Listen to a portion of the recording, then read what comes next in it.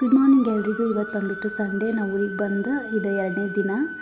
ಬೆಳಗ್ಗೆದ್ದು ನಾಷ್ಟ ಎಲ್ಲ ಆಯಿತು. ಸ್ವಲ್ಪ ದೇವಸ್ಥಾನಕ್ಕೆ ಹೋಗ್ಬೇಕಿತ್ತು, ರೆಡಿ ಆಗತ್ತಿದ್ನಿ ನಾನು. ನಿನ್ನೆ ಹೊಲದಾಗಿಂದ ಹೆಸರು ತೊಗೊಂಡು ಬಂದಿದ್ರೆ ಮನೆಗೆ.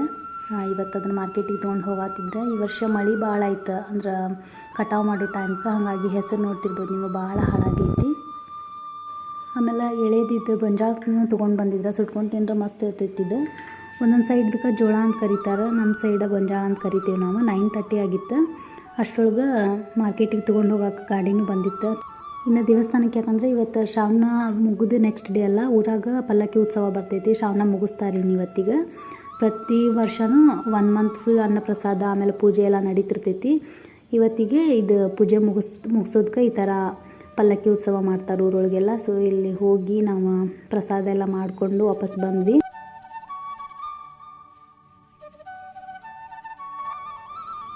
ಇನ್ನು ಈವ್ನಿಂಗ್ ಸ್ವಲ್ಪ ಗಿಡ ಹಚ್ಚಾತಿದ್ವಿ ನಾವು. ಹಾಗಾಗಿ ಎಲ್ಲ ಹಿತ್ತಲೊಳಗೆ ಹಚ್ಚಿರೋದು. ನಮ್ಮ ಮನೆ ಬಾಜು ಇದ್ದವ್ರು ಹಚ್ಚಾರ, ನೋಡ್ತಿರ್ಬೋದು ನೀವು. ಮಸ್ತ್ ಅದ ಗಿಡ ಎಲ್ಲ ರೀತಿಯೂ ಗಿಡ ಹಚ್ಚಾರ. ಅವ್ರು ಇಂಡೋರ್ ಇರ್ಬೋದು, ಔಟ್ಡೋರ್ ಇರ್ಬೋದು.